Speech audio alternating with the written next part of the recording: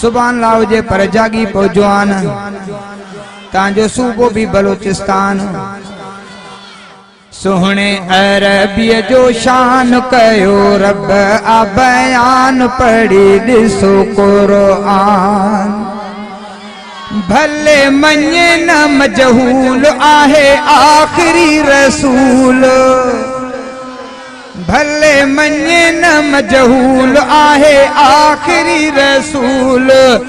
इहो मुझो आ ईमान सुने अरबिय जो शान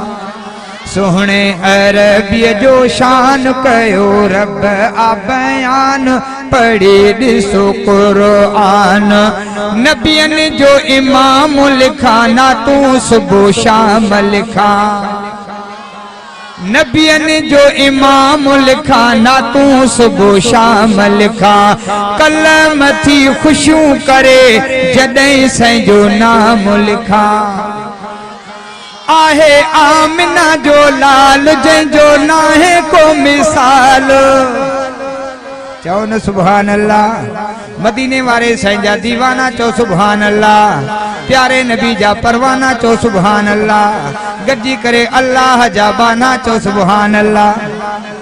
आहे आमिना जो लाल जंहिंजो नाहे को मिसाल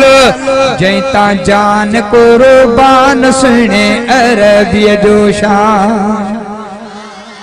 सोहने अरबिय जो शान कयो रब आ बयान पढ़ी दिसो कुरान अमड़ जे पेट आयो अमड़ बुधायो ककर पया छाव करन सिजन वेझो आयो मज़ो अचे त हाजी करमला सुभान अल्लाह फरमायो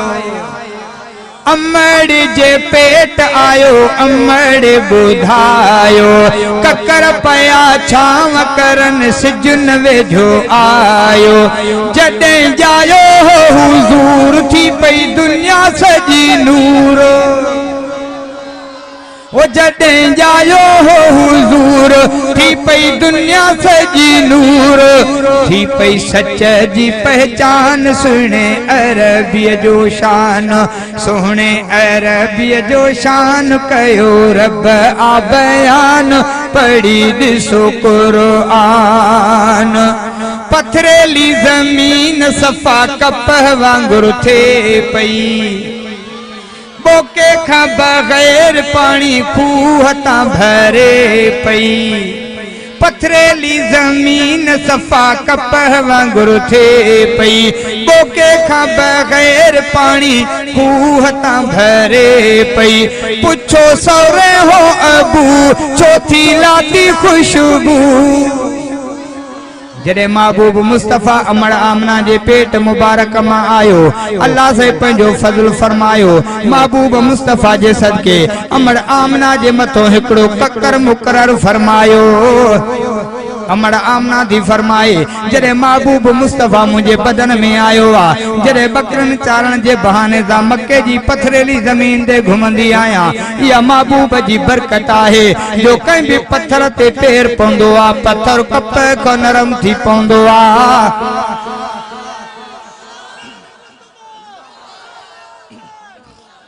अमड़ आमना थी फरमाए जड़े जबलन खा क्रॉस कंदी आया महबूब जी बरकत जे करे आमद जी बरकत जे करे जबल मुखे सलाम कंदा आहिनि जड़े वणन खा क्रॉस कंदी आया वण मुखे सलाम कंदा आहिनि बकरन के पानी पियारण जे सांगे सा जड़े खूह जे वेझो वेझो थींदी आया महबूब मुस्तफा जी आमद जे बरकत जे करे जड़े खूह जे करीब थींदी आया खूह जो तरे वारो पानी किनारन ते इस्तकबाल कंदो आ सरचू सहेली चंदिनो बीबी आमिना वडी बरकत वारो बच्चो तुझे बदन में आ इन बच्चे जा फायदा है बरकतू असा के भी हासिल करन छडे घड़ी खूह ते बींदी करे असा जो भी बकरियों आराम सा पानी पियन असा बे खलियों आराम सा पानी भरियो एक बेरे अमड़ आमना जी सस पंजे मुर्स के चौंदी आ भलो थे त पंजी नुआ खुशबू अतुर अंबीर थी लगाए। कदे पंजे खानदान में एड़ी औरत आई भी नाए, बेवा हुंदे अतुर थी लगाए। मजबूर थी करे सौरो अबे जी जगह ते हुंदो आ, चंदो आ बीबी आमना तो तासा के लाजाए छड़ियो, तो असांजे खानदान के दागदार करे छड़ियो। तो बेवा हुंदे अतुर पे लगाए, खुशबू पे लगाए। अमर आमना ज़ारों कतार रोई पौंदिया, बाबा पुछो ते बुध त तोखे बुधाए छड़िया। बाबा खुशबू आऊं डिठी भी नाए, बाबा खुशबू आऊं कदे लगाई भी नाए। जड़े वठी बच्चो मुझे बदन में आयो आ, जड़े पथरेली जमीन ते घुमंदी आया, बच्चे जे सदके पत्थर भी पानी थी पौंदा हन। चौ सुभान अल्लाह। बाबा इन बच्चे जी बरकत जे करे जबलन का क्रॉस कंदी आया, जबल सलाम कंदा हन। कुआ ते पानी भरण वेंदी आया, कुआ जो तरे वारो पानी किनारन ते इस्तकबाल कंदो आ। वणन का क्रॉस कंदी आया, वण मुखे सलाम कंदा हन। तड़े ते या गाल शेर में मुही समझाई, पथरेली जमीन सफा कप वांगुर थे पई, बोके खां बगैर पानी खूह तां भरे पई। पुछो सौरे हो अबू, छो थी लाती खुशबू, चयई बच्चे जो फैज़ान सुने अरबी जो शान, सोहने अरबी जो शान कयो रब आ बयान, पढ़ी ॾिसो कुरान। हुजूर जे ॼमण सां रोशन जहान थियो, दिए का बगैर उते रोशन मकान थियो। हुजूर जे ॼमण सां रोशन जहान थियो, दिए का बगैर उते रोशन मकान थियो। बुत काबे में प्या किरी, दुश्मन दीन जा प्या झुरी, थी पियो तो ही दी ऐलान सुने अरबी जो शान,